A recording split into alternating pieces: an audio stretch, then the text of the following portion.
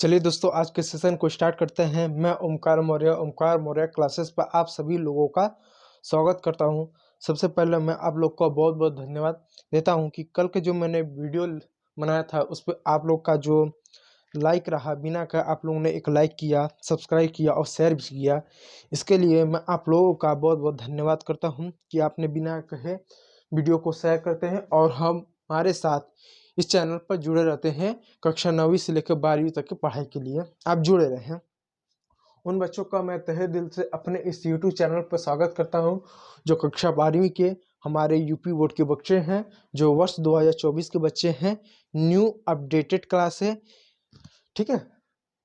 और हम अब तक 2 चैप्टर कंप्लीट कर चुके हैं। तीसरा चैप्टर हमारा जो कक्षा 12वीं जो यूपी बोर्ड का जो इतिहास है, हमारा जो थर्ड चैप्टर है, जो हमेशा मैं नाम बताता ही आ रहा हूँ, आप देख सकते हैं, बंधुत्व जाति तथा वर्ग नाम का जो चैप्टर है, यह हमारा पार्ट 7 है। अब बहुत बच्चे कमेंट करके पूछ रहे हैं, सर पार्ट 1 हुआ, 2 हुआ, 3 हुआ, 4 हुआ, समझ आए, अब 7-8 पार्ट पे ले चलो, इतना लंबा क्यों खींच रहे हो। देखिए, मैं आपको बताना चाहता हूँ, मैं पहले दिन से बोल रहा हूँ कि देखिए, आपका जो प्राचीन भारत का इतिहास, इसमें 3 इतिहास है। प्राचीन भारत का इतिहास, मध्यकालीन भारत का इतिहास और आधुनिक भारत का इतिहास। तो जो आपका प्राचीन भारत का इतिहास है, इसमें टोटल आपके 4 चैप्टर हैं, पहला, दूसरा, तीसरा व चौथा, जिसमें से आपके पहले व तीसरा चैप्टर जो है बहुत ज़्यादा इम्पोर्टेंट है। ये मैं यूँ नहीं कह सकती चलो पहला तीसरा इंपॉर्टेंट है तो इम्पोर्टेंट है, मैं ऐसा ही बोल रहा हूँ, नहीं। अगर आप पिछले वर्ष के जो प्रश्न पत्र, पिछले यदि 5 साल के अगर प्रश्न पत्र निकाल लें, पिछले वर्ष के जो यूपी बोर्ड ने पूछा है, कोई भी मॉडल हो आपका, चाहे आपका एडी हो, ईसी हो, एसी हो, बीई हो, कोई भी मॉडल आपका हो, आप उठा ले, आपको देखने को मिला पिछले 5 वर्षों से जो पहला चैप्टर है, जो तीसरा चैप्टर है, इसे लगभग 10 से 15 नंबर के प्रश्न हर साल किसी न किसी मॉडल पेपर आपको मिलेगा ही। चाहे लॉन्ग प्रश्न में हो जाए, चाहे एमसीक्यू के रूप में हो, चाहे शॉर्ट के, यानी 10 से 15 नंबर का प्रश्न जो आपका 100 नंबर का जो पेपर होगा, उसमें अच्छा खासा 10 से 15 नंबर का जो प्रश्न है पूछा है। कभी कभी ऐसा समय आता है कि आपका जो है इसे 30 नंबर तक भी सवाल चला जाता है। कभी ऐसा हो गया जो पहला चैप्टर है इससे 8 नंबर का पूछ दिया, और जो पहला चैप्टर उससे 8 नंबर से पूछ दिया, तीसरा चैप्टर से 12 नंबर पूछे, अकेले 20 से पूछ दिया। ऐसा हो जाता है, होता भी है, असामान्य था। 8 नंबर इससे, 12 नंबर इससे, या कभी 15-15 करके पूछ देता है, पूछता है। तो मैं कह रहा हूँ, ये जो आपका पहला और तीसरा चैप्टर है ना, ये बहुत इंपॉर्टेंट है, बंधुत्व जाति तथा वर्ग। और जो इम्पोर्टेंट है उसको आप ज़्यादा पढ़ें, वो बेहतर होगा। इसलिए इस चैप्टर में मैं किसी भी टॉपिक को मैं छोड़ नहीं रहा हूँ, चाहे प्रशासन हो, चाहे राजनीति हो। राजनीति में आपको प्रशासन आ जाता है, समाज हो, अर्थव्यवस्था हो, जैन धर्म हो, बौद्ध धर्म हो, फिर अन्य चीज़ें हों, जो कला की चीज़ें हो गए। देखिए, इसमें कला भी पढ़ना पड़ेगा। कला में क्या, जैसे स्तंभ हुआ, स्तूप हुआ, आपने अशोक स्तंभ का नाम सुना होगा, आपने स्तूप के बारे में सुना होगा, आपके बिहार के बारे में सुना होगा। तो कहीं ना कहीं इसी चैप्टर में भी पढ़ना पड़ता है। और आप यूपी बोर्ड का पिछले वर्ष का अगर पेपर उठा के देख लें तो आपको देखने को मिलेगा कि एक प्रश्न क्या एक बार पूछा था कि स्तूप किसे कहते हैं, स्तूप का निर्माण की उद्देशिका को बताइए, इस तरह से प्रश्न पूछा है।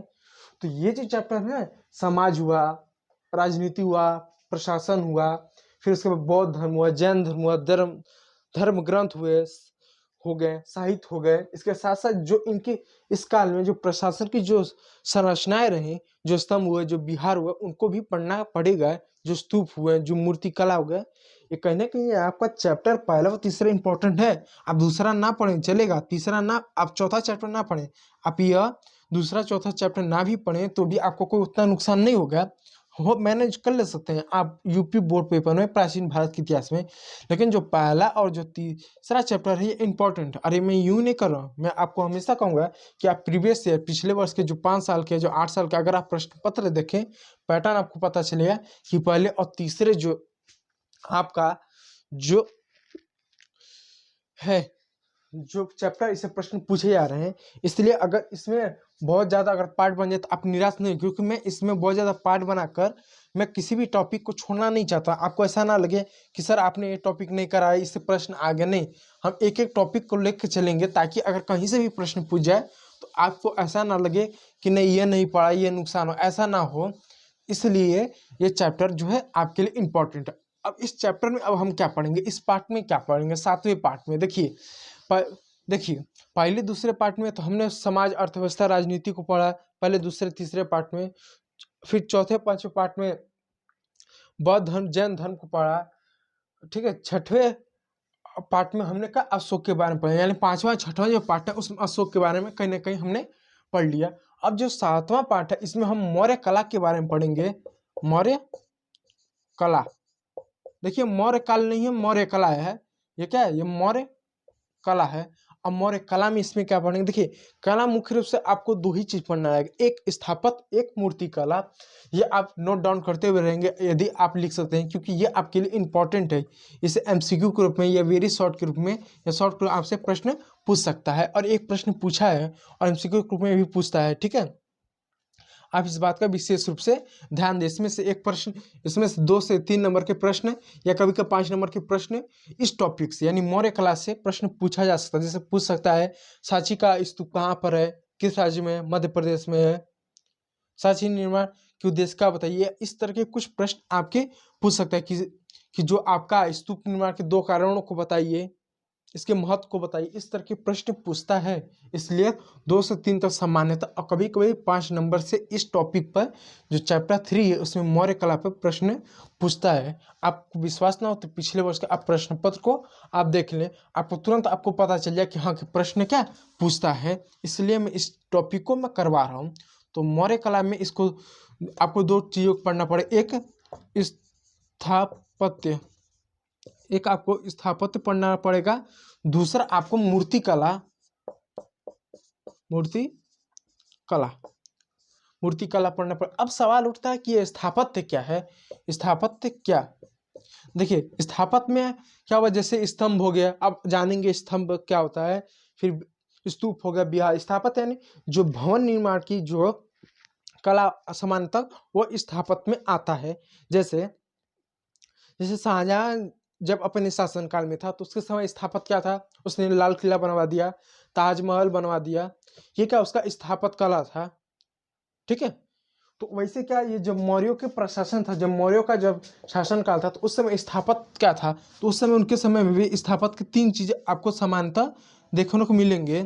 अगर आप ध्यान से देखें तो पहला क्या आपको देखने को मिलेगा, आपको जो है स्तंभ देखने को मिलेगा। आपको क्या स्तंभ देखने को मिलेगा। स्तंभ जैसे अशोक का स्तंभ हो गया, आपने अशोक का स्तंभ देखा ना, किधर जो है इस तरह से कुल 4 शेर आपको दिखेंगे, इधर भी 4 शेर देखेंगे, फिर इस तरह होगा, इधर अशोक के चक्र रहेगा, इसमें सांड और घोड़े रहेंगे, फिर नीचे भी इस तरह होगा। इस तरह के जो आप स्तंभ देखते हो क्या, वो कहने का वही स्तंभों के बारे में पढ़ेंगे। स्तंभ हो गया, फिर उसके साथ साथ आपका स्तूप हो गया, ये सांची का स्तूप हो गया, सारनाथ का स्तूप हो गया, प्रयागराज का स्तूप हो गया। इस तरह कुछ स्तूप के बारे में देखेंगे। स्तूप हो गया, फिर उसके बाद विहार हो गया। देखिए बिहार नहीं लिख रहा हूँ, ये वी है, विहार, इस चीज को याद रखिएगा। विहार है, बिहार नहीं है, ब नहीं है, वह है विहार। तो स्थापत्य में इनको पढ़ना पड़ेगा। अब जो समानता, अब आ जाइए जो है मूर्ति कला पर। मूर्ति कला क्या पढ़ना, देखिए मूर्ति कला में आपको जो है 2 चीजें पढ़ना पड़ेगा, एक है राजकीय मूर्ति कला, एक लोक मूर्ति कला के बारे में पढ़ना रहेगा। तो मैं अभी एक खाका बता रहा हूँ, एक सिस्टम बता रहा हूँ कि क्या क्या चीजें पढ़ना है। और पिछले वर्ष जो था आप प्रश्न पत्र उठाए वर्ष 2023 का, तो इस पे स्तूप पर प्रश्न पूछा था कि स्तूप क्या है, इसके निर्माण की विशेषता को बताइए, इसके महत्व को बताइए, ये पूछता है। मैं कहूँगा अगर विश्वास न, प्रश्न पत्र को देखिए। अगर आपने कुछ भी नहीं पढ़ा, कुछ मत कीजिए, आप 5 साल का प्रश्न उठा के बैठ जाइए पिछले वर्ष के, देख लीजिए किन किन टॉपिक पे प्रश्न पूछता है। जिन जिन टॉपिक प्रश्न पूछता है उसको क्या है नोट कर लीजिए। हाँ कि चलिए इस चैप्टर में इस टॉपिक के बारे में प्रश्न पूछता है। जैसे मान लीजिए वर्ष 2023 ले लीजिए, वर्ष 2023 में मान लीजिए 10 मॉडल पेपर, 10 मॉडल पेपर को उठा लीजिए, उठा क्या कीजिए पढ़ लीजिए।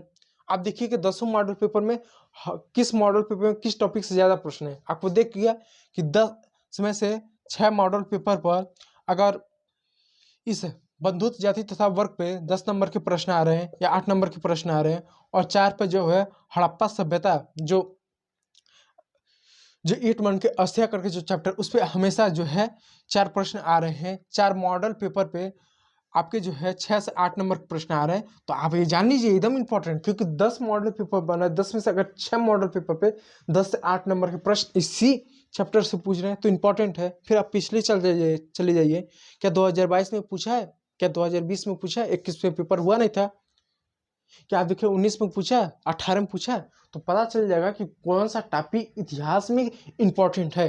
तो आप उस टॉपिक को भी अगर अगर 1 महीने में 1 महीने 2 महीने भी पढ़ के चले जाए ना बोर्ड देने, जैसे फरवरी में बोर्ड है, तो अगर आप जनवरी में भी 1 जनवरी को भी जनवरी से भी अगर पढ़ के जाएँ तो भी क्या आपका बोर्ड निकल सकता है, एकदम आराम से निकल सकता है, क्योंकि टॉपिक इंपॉर्टेंट है। कि इतना सा आप सोचे कि सभी चीज़ों को पढ़ जाएँ, सब पढ़ के जाएँ, ये पढ़ के जाएँ, वो पढ़ के जाएँ, तो नहीं होगा, क्योंकि क्योंकि बोर्ड में सभी चीज़ सामान इंपॉर्टेंट नहीं है। जैसे अगर ये मेरा शरीर है तो सामान्यतः शरीर का भाग इंपॉर्टेंट है, हर भाग इंपॉर्टेंट है, चाहे मेरे बाल हो, चाहे नाखून हो, दांत हो, चाहे आँख हो, हार्ट हो, लेकिन शरीर के कुछ ऐसे पार्ट बहुत ज़्यादा इंपॉर्टेंट है। जैसे हार्ट हो गया, बहुत ज़्यादा इंपॉर्टेंट है, हार्ट फेल आदमी तुरंत समाप्त हुआ, हाथ टूट गया तो फिर भी आदमी रह सकता है।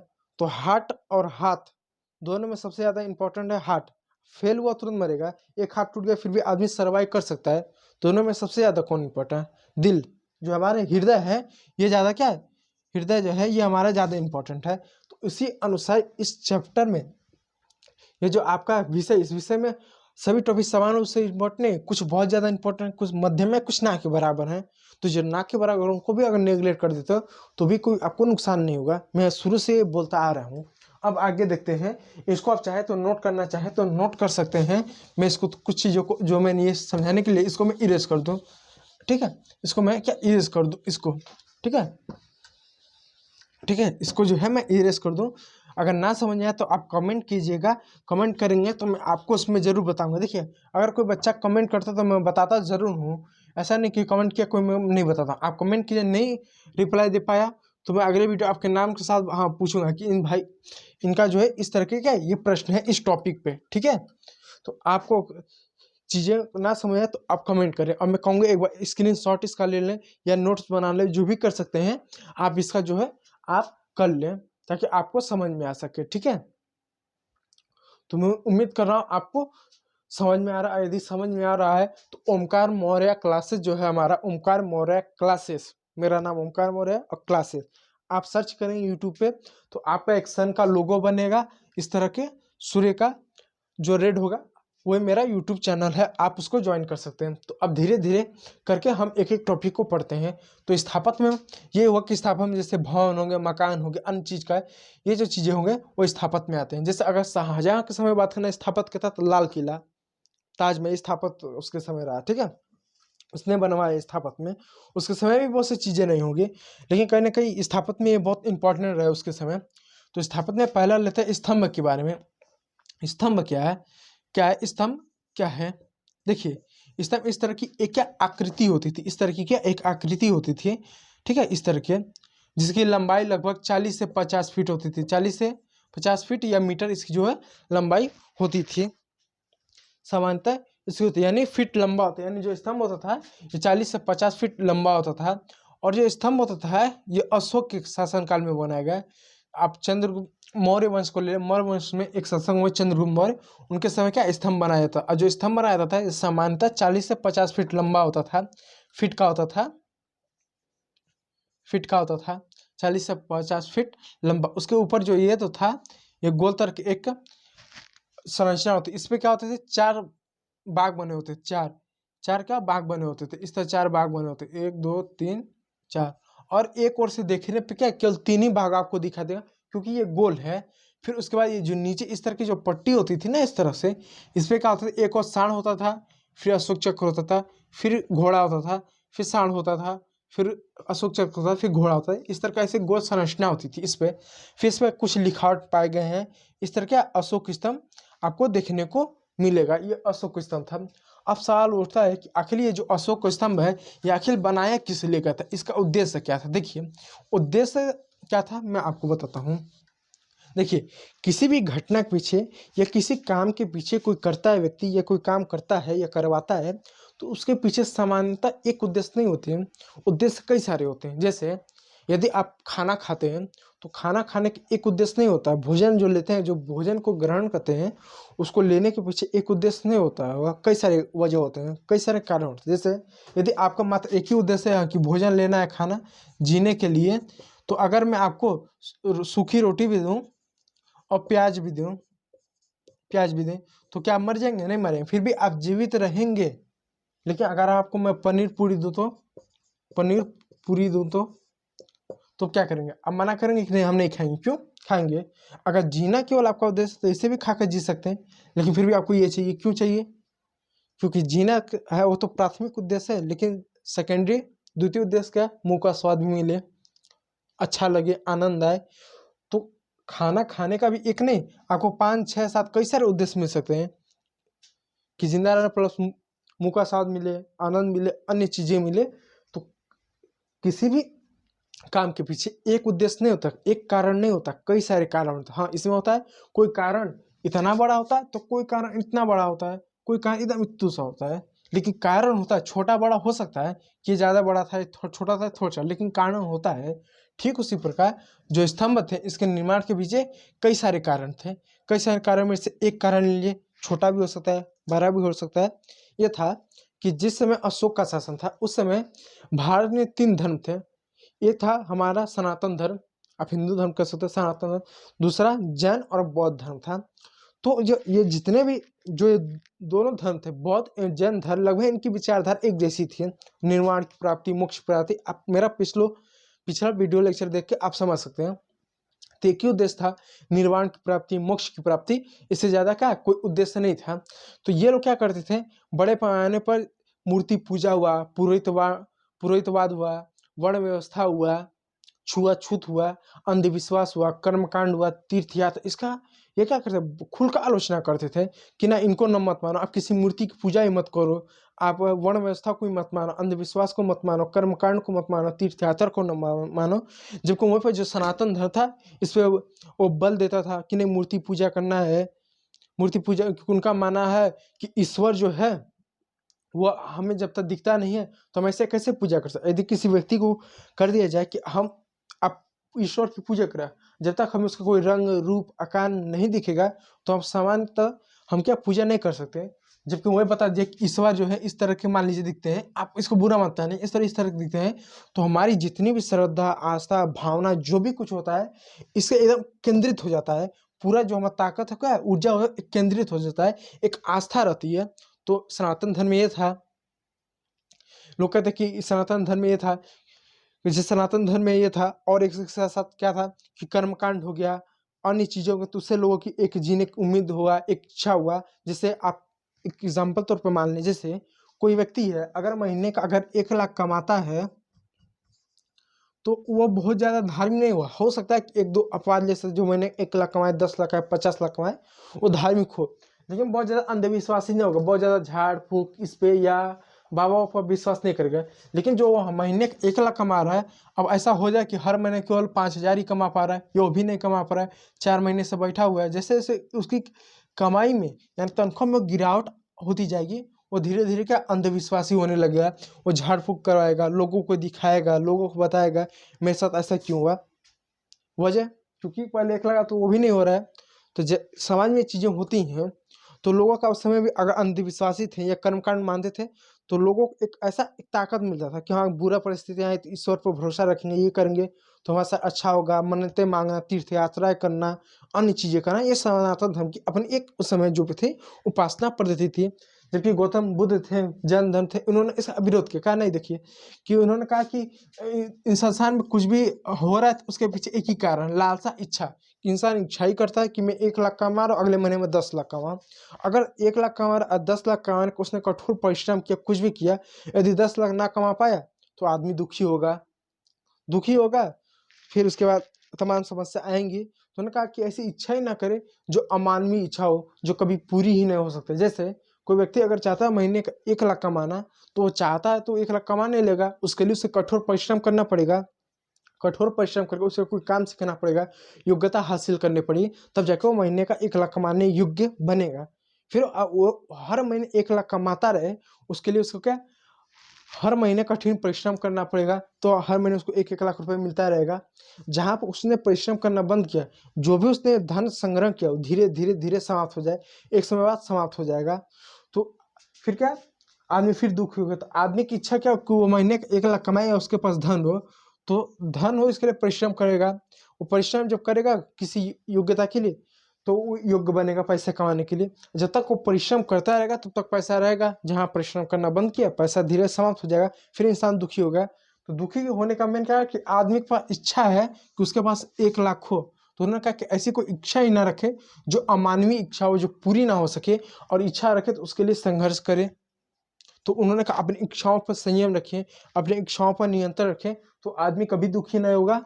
आदमी अपना जीवन जो भी हो एकदम अच्छे से उसका जीवन जी सकता है। तो इच्छा जैसी चीज़ों पर किया, अहिंसा ना करे, यानी जियो और जीनो दो का उपदेश दिया। इसके साथ साथ जो वो गौतम बुद्ध थे, जो महावीर जैन थे, उन्होंने नशा ना करना, चोरी ना करना, वजह धन का ग्रहण ना करना, लालच ना करना, घमंड ना करना, क्रोध ना करना, इस तरह की शिक्षाएं दी लोगों को। तो ये जो भी शिक्षा होती थी कहीं ना कहीं मूर्ति पूजा के विरोध में, कर्मकांड के विरोध में, पुरोहितवाद के विरोध में ये देते थे। तो उस समय क्या था, जो सनातन धर्म, अब हिंदू धर्म ले लें, जो समय जो हिंदू धर्म था, जो हिंदू धर्म एक और हो गया था और जैन और बौद्ध धर्म एक और हो गया था। तो इन दोनों धर्म के जो अनुयायी थे, जो मानने वाले थे, जिनको इन दोनों धर्मों के प्रति, इन तीनों धर्मों के प्रति जो आस्था थी, श्रद्धा थी, तो कहीं ना कहीं इनके बीच में क्या तनाव होता था, सांप्रदायिक तनाव। जैसे आज भारत में अगर देख लो, जैसे हिंदू मुस्लिम कैसे थोड़ा विवाद हो जाता है, तनाव रहता है कि हम श्रेष्ठ, हम महान इत्यादि। तो उस समय भी क्या कहीं ना कहीं बड़े पैमाने पर ये देखने को मिलता था। और ऐसा माना जाता था कि जो अशोक थे अपने शुरुआती शासनकाल में बहुत क्रूर शासक थे, ऐसा माना जाता है, इसका कोई प्रमाण नहीं मिलता है। ऐसा माना जाता है कि अशोक क्या थे, अपने शुरुआती दौर में बहुत क्रूर शासक थे। और जब उन्होंने कलिंग पर जब विजय पाया, तो इतना रक्तपात हुआ, इतना खून खराबा हुआ कि उनका क्या हृदय परिवर्तन हो गया। उन्होंने कसम खाई, शपथ लिया कि फिर पुनः युद्ध नहीं करेंगे, और अपने आने वाले जो उनके उत्तराधिकारी होंगे उनको सलाह दें युद्ध नीति छोड़ने का, कि युद्ध ना करें। हालांकि उन्होंने कभी अपनी सेना भंग नहीं की, सेना को हटाया नहीं, और आसपास पड़ोसी राज्यों के साथ अच्छा एक मित्रवत क्या मित्रवत मित्रवत एक संबंध मित्रवत एक संबंध बना कर रखा, सब कुछ रखा।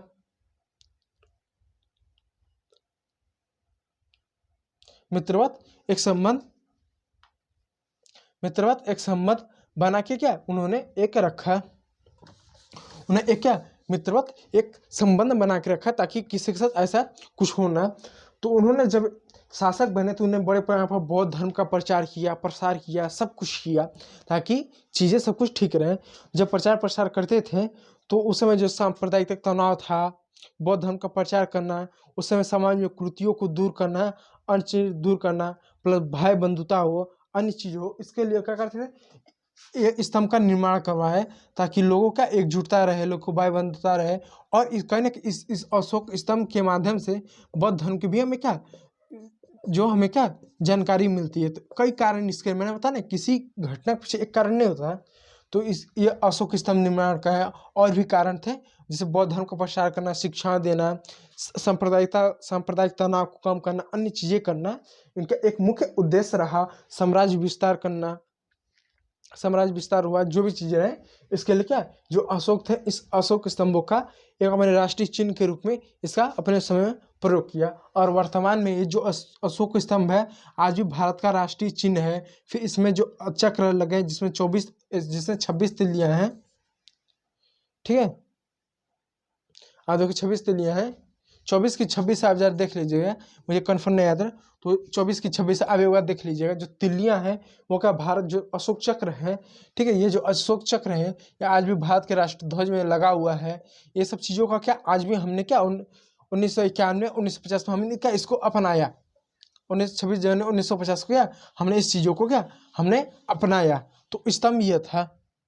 तो स्तंभ होता, अब स्तंभ के बारे में कुछ और चीज़ें जान लें। देखिए जो स्तंभ होता था ये 40 से 50 फीट लंबा इसकी लंबाई होती थी। जो स्तंभ होता था ये क्या होता था, इसमें चमकीली पालिश होती थी, चमकीली पालिश होती थी, इस पे क्या चमकीली पालिश आपके हो गए। फिर उस पे जो था कि इस पे चार बाग बने हुए थे, फिर नीचे एक गोलाकार होता था जिसपे चक्र, एक और पहले सांड होता था, फिर अशोक चक्र होता था, फिर उसके बाद घोड़ा होता, ऐसे संरचना बनी होती थी। इसमें बौद्ध धर्म की कुछ जानकारी हमें मिलती होगी। चमकीली चमकीली पालिश थी। और सामान्यतः जो स्तंभ होते दो तरह के होते, एक होते थे स्वतंत्र स्वतंत्र स्तंभ होते थे, स्वतंत्र स्तंभ होते थे, स्तंभ स्तंभ होते थे, मैं लिख दूं स्तंभ आपके होते थे। जो स्वतंत्र स्तंभ जो पहला होता था, इसको सर्वाधिक माना था। सर्वाधिक क्या, यह महत्वपूर्ण था। वहीं पर जो दूसरे स्तंभ है उसको स्मारक स्तंभ कहते हैं। स्मारक स्तंभ समझते हैं, जैसे कोई स्मारक है, जैसे कोई भवन बना दिया गया, जैसे ये भवन बना दिया गया, इस भवन के किनारे जैसे स्तंभ बना दिया गया। तो ये जो स्वतः स्तंभ होते थे जो खुले में से बना दिया गया, जैसे मान लीजिए ये जमीन है, यहाँ पर आके स्तंभ बना दी, हो गया। और एक स्तंभ होता था जो भवन बना के उसके चारों क्या स्तंभ बनाए जाते थे। तो ये वाला जो स्तंभ होता था ना, ये सर्वाधिक महत्वपूर्ण था, सर्वाधिक महत्वपूर्ण था। इसलिए ये किसी भवन में नहीं बनता था, अलग से बना दिया था। और जो स्मारक स्तंभ होता, किसी भवन में किसी ऐसा स्मारक के चारों कोण ऐसा बना दिया, ऐसा बना दिया गया, ऐसा कुछ करके आप ऐसा समझे बनाया जाता था। तो ये क्या, ये स्वतंत्र नहीं थे, स्मारक स्तंभ थे। और जो कि ये खुले होते इसलिए इन्हें क्या स्वतः स्तंभ कहते हैं। दो तरह के स्तंभ होते हैं। जब कभी स्तंभ भी लिखने मिले तो आप ऐसा लिख सकते हैं। अब सवाल होता है कि स्तंभ निर्माण की परंपरा कहाँ से प्रारंभ हुई, आखिर इनके दिमाग में इस स्तंभ निर्माण की विचार आखिर आई कहाँ से। तो कुछ लोग कहते हैं कि ये जो एक ईरानी परंपरा थी, या ईरानी स्तंभों से इसका जिक्र मिलता है कि ईरान के जो लोग थे, जो शासक थे, वो भी क्या स्तंभ का निर्माण करते थे, इत्यादि चीजें करते थे। तो एक बार आप जरा ईरानी स्तंभों के बारे में जान लें कि जो ईरानी स्तंभ और जो भारतीय स्तंभ है, दोनों में जमीन आसमान का अंतर है, ताकि आप स्तंभ को और बेहतर से समझ पाए। आप इसको इस तरह से आप समझे, आप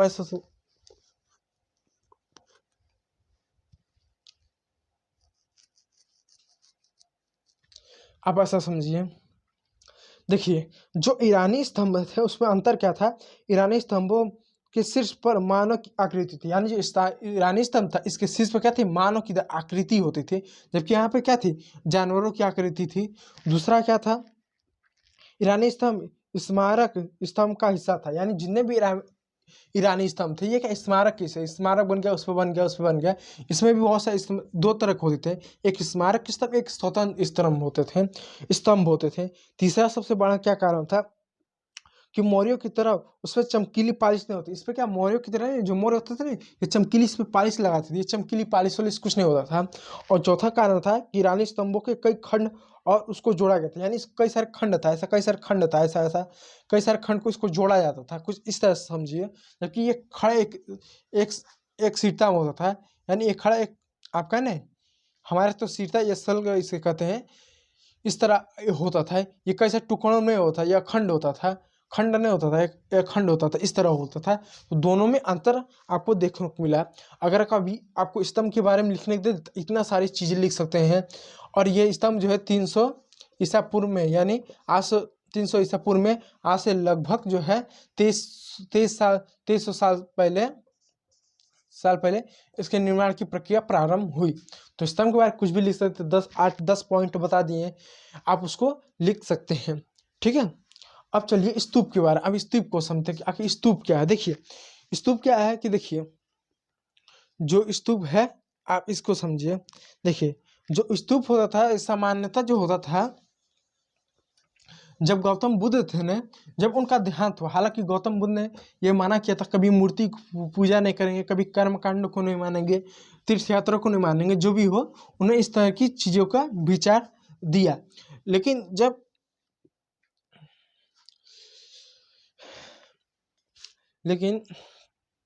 जब गौतम बुद्ध का अंतिम समय आया, यानी जब वो देह त्यागने वाले थे, तो उन्होंने क्या किया, स्तूप निर्माण की, यानी स्तूप निर्माण की विचार को सामने रखा। अब सवाल होता है स्तूप क्या होता है। देखिए स्तूप निर्माण किस लिए क्या होता था ये जाने, और क्या और क्यों।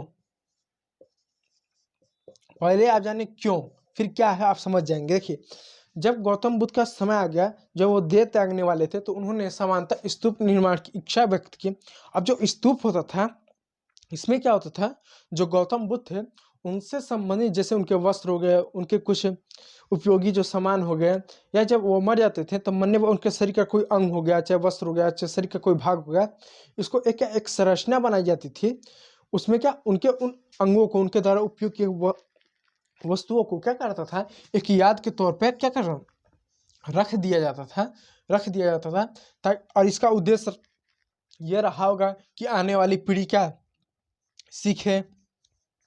गौतम बुद्ध ने देह त्यागने के पहले कहा था कि आगे चल के मेरे ज्ञान ही मेरे गुरु होंगे, मेरे उपदेश ही क्या मेरे गुरु होंगे। तो उन्होंने ऐसी इच्छा व्यक्त की कि जब उनका ध्यान तो उनके संबंधी अपनाए गए वस्तु हो गए या उनका शरीर का जो भाग है उसको क्या इस तरह से फेंका ना जाए, उसको क्या किया जाए, उसको एक ऐसा स्तूप बनाया जाए जिसमें उनके जो उपयोग की गई जो चीज़ें हैं उसका उसमें क्या रखा जाए। और ऐसा माना जाता है कि जब गौतम बुद्ध का जब देहांत हुआ था तो उनके उपयोग की जो चीज़ें 8 भागों में बांटा गया था और 8 जगहों पर क्या स्तूप निर्माण मिला था। और जिन जगहों पर स्तूप निर्माण हुआ था वहाँ पे गौतम बुद्ध से संबंधित चीज़ों को रखा गया था। और जब गौतम बुद्ध से संबंधित उन चीज़ों को रखा गया था तो वर्तमान में वहाँ पर वो जो चीज़ें हैं ना वो मिलती नहीं है, मिलती नहीं है। अरे नहीं मिलती, चोरी हो गए होगी या कुछ भी हो गया होगा, समानता समझिए मिलती नहीं है। ठीक है, तो जो स्तूप होता था कुछ इस तरह की संरचना होती थी, इस तरह की मैं बता दूं संरचना होती थी। जब शुरुआती दौर में जब गौतम बुद्ध ने जब अपने देह को त्यागा,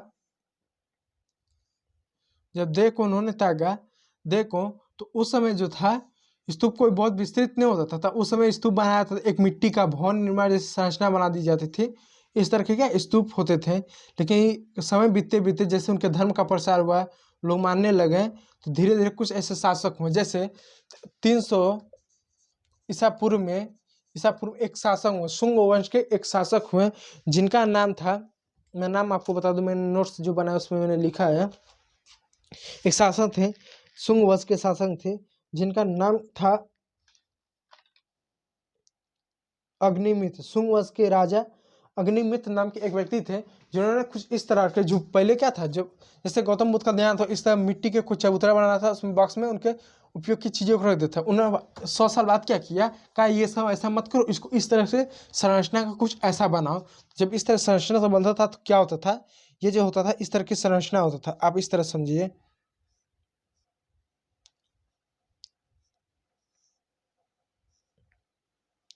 आप कुछ इस तरह का संरचना था, आप इस तरह से क्या समझ लीजिए, टेम्परेरी आप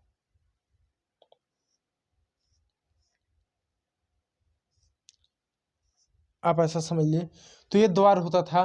फिर उसके बाद ये क्या होता है, ये छत्रिका होती थी, छत्रिका होती थी।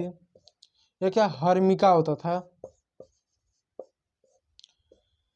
हर्मिका होता था। ये क्या होता, अर्धगोला ढांचा होता था, ये ढांचा होता था,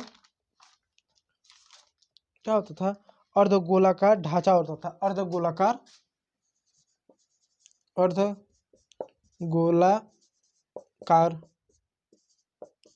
ढांचा हो गया, अर्धगोलाकार ढांचा हो गया।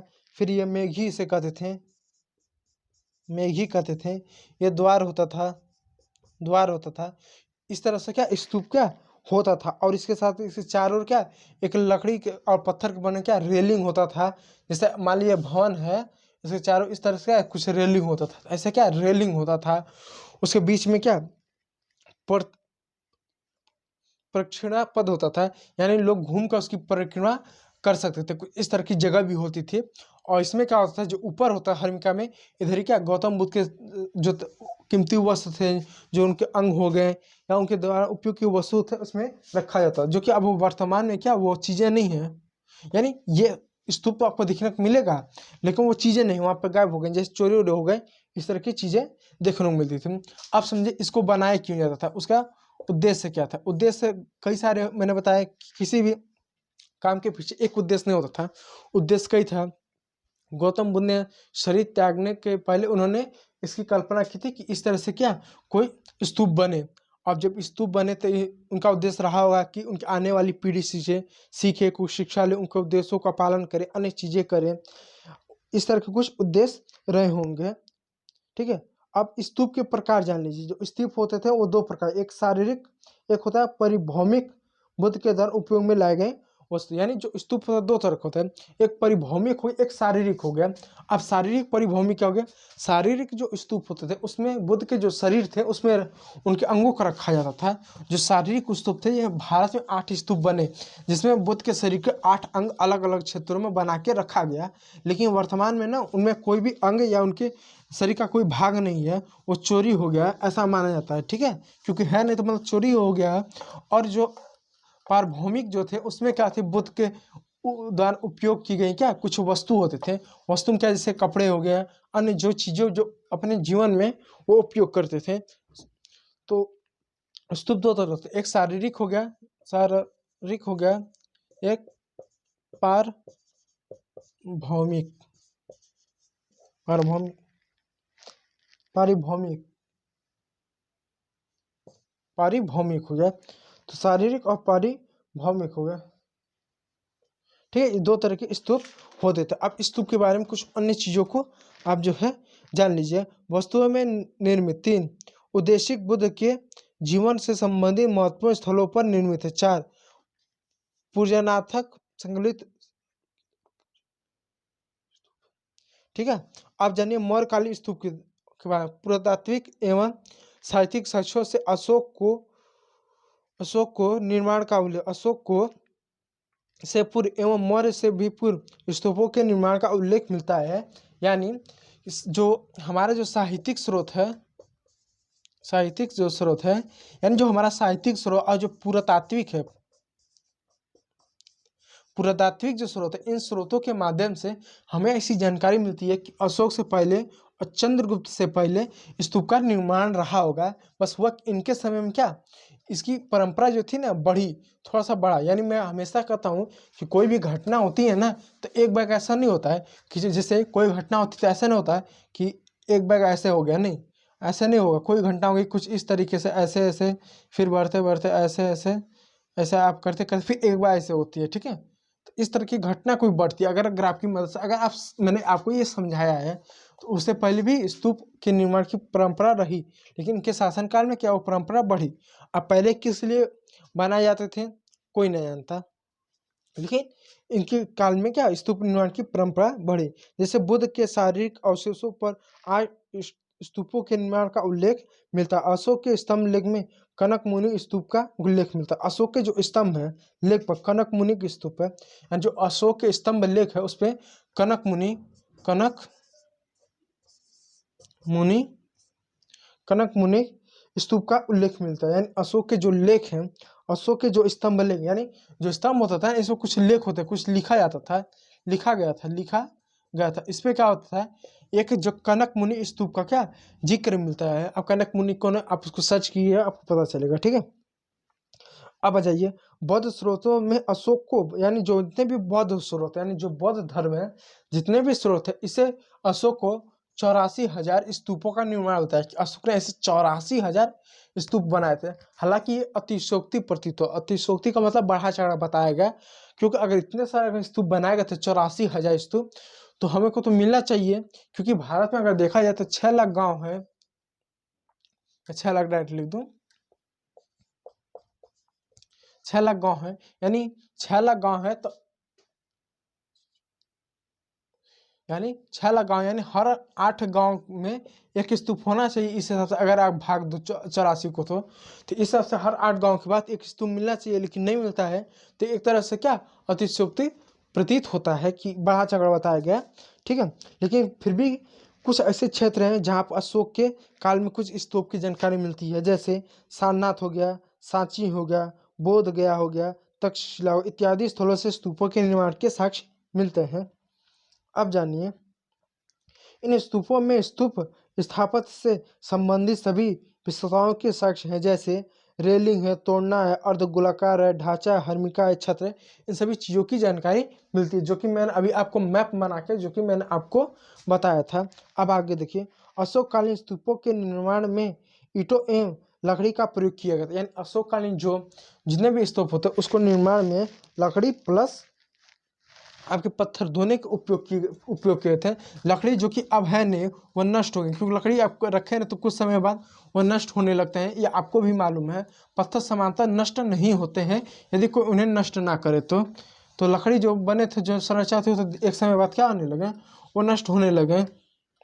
वो क्या वाले ने नष्ट होने लगे और अन्य चीजें रह गई। तो अभी भी जो स्थिति दिखते हैं वो अपने शासनकाल और भी अद्भुत और अच्छे दिखते थे, यह बात जान लीजिएगा। तोड़ना एवं रेलिंग के निर्माण के लिए लकड़ी का प्रयोग किया था, यानी जो तोड़ना होता था किनारे किनारे ऐसा होता था, और जो रेलिंग होता था, देखिए जो तोड़ना था, जो रेलिंग रेलिंग यानी जो साइड से घेराव किया जाता था, और जो तोड़ना जो दरवाजा होता था, इसके लिए कहीं ना कहीं अन्य चीज़ों जो होती थी उसके लिए लकड़ी का प्रयोग किया जाता था, प्रयोग किया जाता है, जो कि अब नष्ट हो गया। ठीक है, तो ये हमारा क्या स्तूप रहा। अब आइए विहार के बारे में। विहार नहीं है, मैं फिर बोल देता हूँ, मैं लिख दूं यहाँ पर अंग्रेजी में विहार। विहार है, बिहार नहीं, विहार। अब विहार क्या, देखिए विहार बौद्ध भिक्षुओं की रहने की जगह थे। यानी जैसे आज हिंदू धर्म के अगर आप ले लो, हिंदू जो साधु हैं, संत हैं, ये कहाँ पर रहते हैं, ये सामान्यतः मंदिर में रहते हैं। हालांकि मंदिर तो भगवान के लिए होता है, पूजा पाठ के लिए, लेकिन सामान्यतः जितने भी हिंदू धर्म जो साधु संत मंदिर में ही रहते हैं। तो ये जो बौद्ध भिक्षु थे, यानी जो बौद्ध धर्म के मानने वाले थे। अब सवाल आता है कि बौद्ध भिक्षु क्यों क्यों कहा जाता है। देखिए बौद्ध भिक्षुक, भिक्षुक को कहा जाता है क्योंकि जो बौद्ध धर्म को ग्रहण करते थे उनको गृह का त्याग करना पड़ता था, गृह त्याग करना पड़ता। और जब गृह का त्याग करते थे तो उनको समाज पर रहना पड़ता था, यानी समाज ने जो खाने को दे दिया वो खाना है, जो पीने को दे दिया पीना है, हालांकि नशा वशा नहीं करना था, और जो पहनने को दे वो पहनना था। यानी कोई काम धंधे करते थे और समाज में ज्ञान को देना था, उपदेश देना था, ये सभी चीजें क्या करना था, ये बुद्ध था। हालांकि इसके लिए भी कुछ कठोर नियम थे, जैसे किसी भी भिक्षु को, भिक्षु यानी ये जो लोग होते थे ये काम नहीं करते थे, ये घूम घूम कर प्रचार करते थे, जो भी समाज ने खाने को दे दिया पीने को दे दिया पहन लिया, ये क्या उन्हीं से उनको चलना, यानी ये भीख मांग के खाते थे। भीख समझते, मांग मांग के ये खाना पीना रहता था, इसलिए इनको भिक्षु कहा जाता था। और कुछ लेने के लिए भी कुछ कठोर नियम बने हुए थे, ये नहीं कि किसी को बहुत ज़्यादा खाना दिया जा रहा है, भोजन दिया जा रहा है, भोजन दिया जा रहा है तो पेट भर के खाए, पूरा खाए, ऐसा नहीं होता। उसके सीमा गौतम बुद्ध ने माने थे कि कोई भी व्यक्ति इससे ज़्यादा, जैसे किसी व्यक्ति को इतना अगर भूख लगा है तो इतना ही लेगा, उससे ज़्यादा लेगा नहीं। यदि किसी ने जबरदस्ती दे दिया दबा में तो उसको बाकी सभी के साथ इतना इतना करके क्या बांटना पड़ेगा। एक और कठोर नियम था कि एक व्यक्ति को जो कंबल था जिससे उठता था, बिछाता था, पहनता था, एक कंबल जो है उसको अगर मिल जाए तो 5 साल तक उसका प्रयोग करें। यानी किसी व्यक्ति को अगर कोई कंबल मिल जाए तो 5 साल तक उसको प्रयोग करना है, चाहे फट जाए चाहे कूट भी हो जाए। यदि किसी ने अगर नया कंबल का प्रयोग कर लिया और उसने पुराने कंबल को फेंक दिया, 2 ही साल में फेंक दिया, 3 साल में फेंक दिया, तो उसको क्या दंड दिया जाता था, उसे नया कंबल वापस ले लिया जाता था और उसको वैसे ही ठंडी उसको बिताना पड़ता था। यानी किसी व्यक्ति को यदि कंबल मिलता था उसको चाहे फट जाए चाहे कुछ हो जाए उसको 5 साल तक चलाना पड़ता था। यदि कोई नया दे भी दे तो उसको ग्रहण नहीं करना पड़ता था। यदि किसी के पास कोई नया कंबल मिल जाता था 5 साल से पहले तो उसे छीन लिया जाता था, तो उसको ऐसे रहना पड़ता था।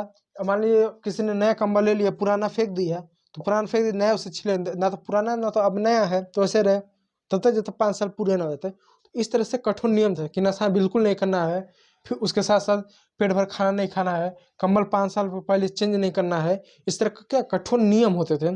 तो ये जो होते थे बौद्ध भिक्षु होते थे, जो कि बौद्ध धर्म था। अब भिक्षु यानी भीख मांग के जीते खाते पीते पहनते थे, उसके लिए भी नियम था कि अब इससे ज़्यादा ले नहीं सकते, इससे ज़्यादा खाने पहन सकते, पी नहीं सकते, नियम था, कठोर नियम था।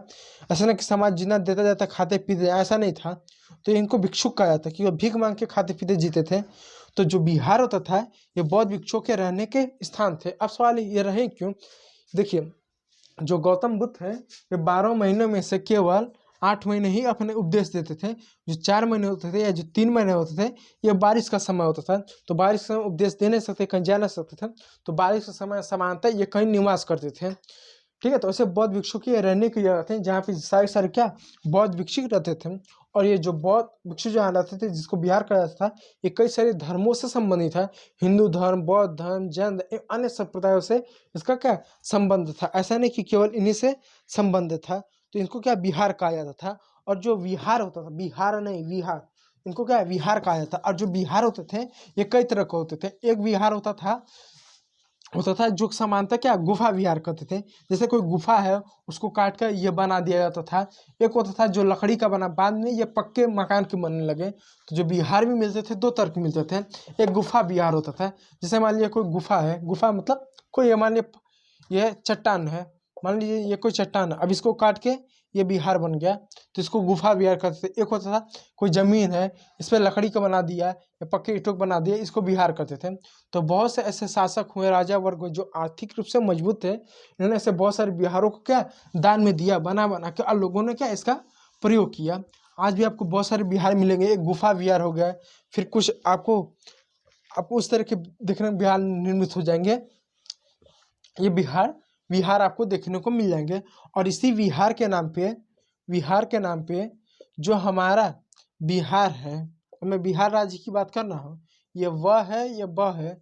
इसी विहार के नाम पे इसका बिहार नाम राज्य पड़ा बाद में।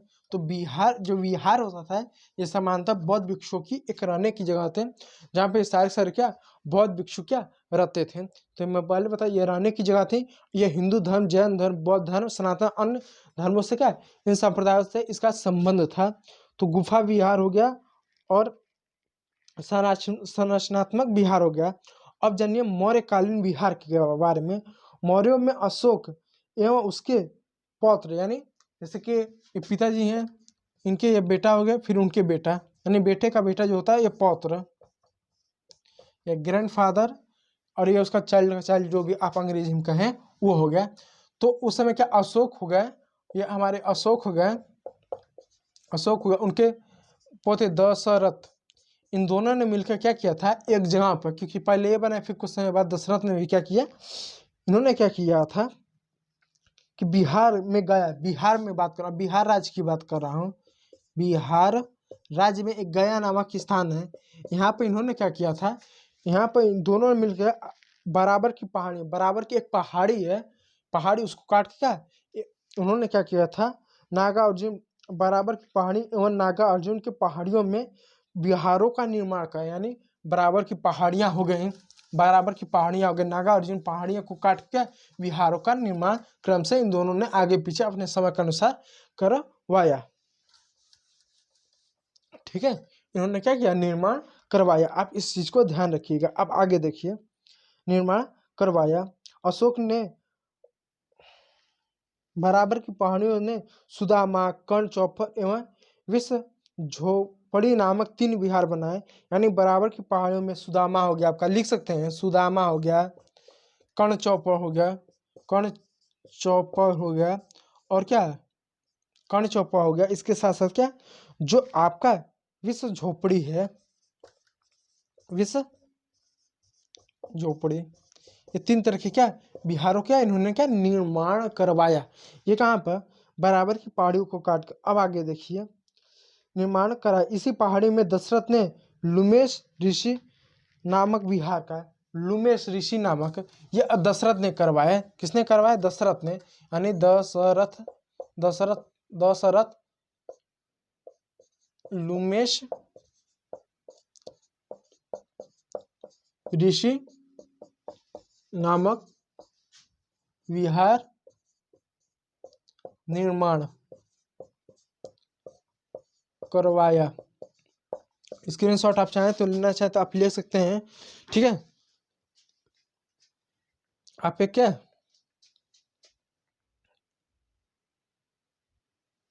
ठीक है, तो बीच झोपड़ी इस तरह क्या इन्होंने बिहार का निर्माण करवाया।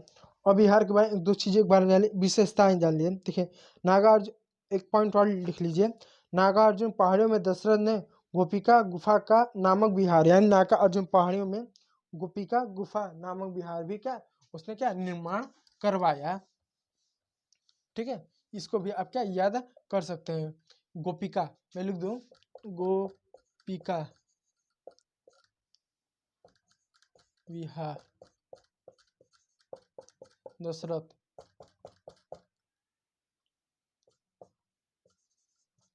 नागार्जुन, नागार्जुन,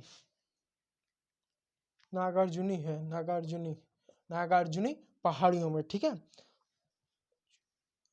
नागा अर्जुनी, नागा अर्जुनी पहाड़ियों में। ठीक है, अब आगे देखिए विशेषताएं क्या थी।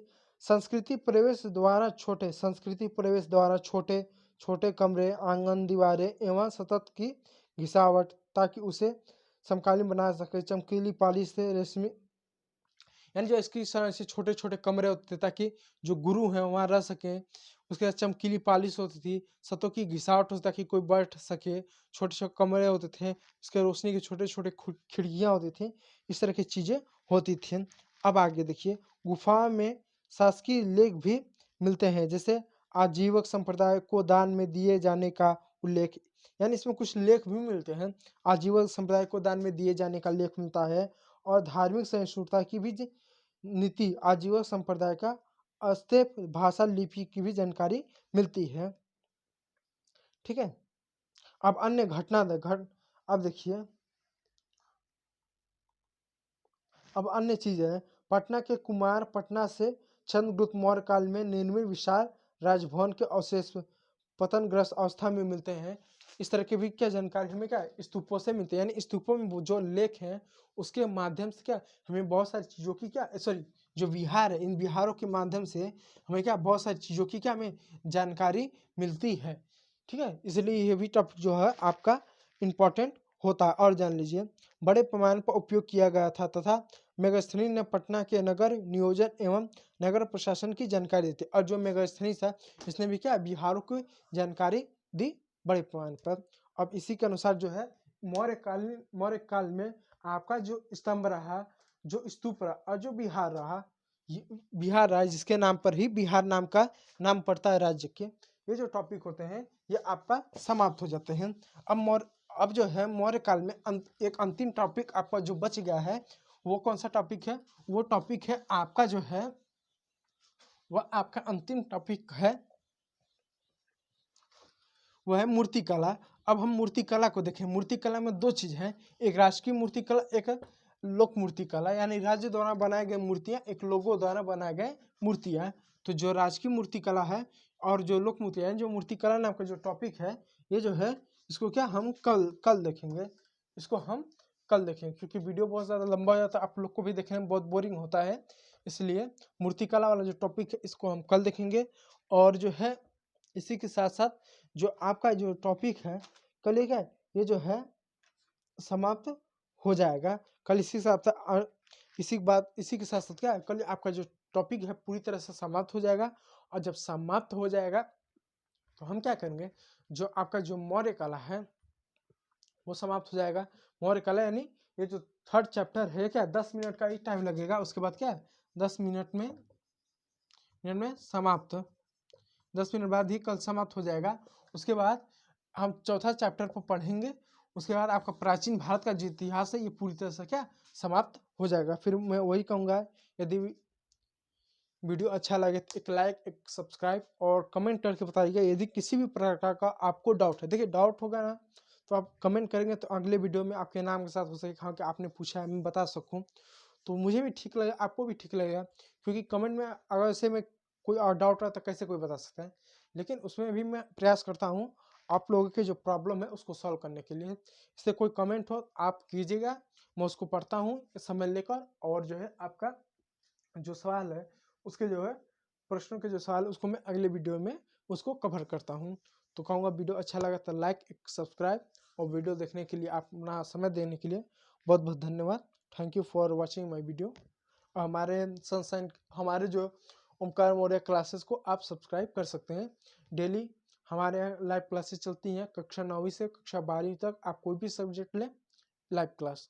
Thank you for watching my video.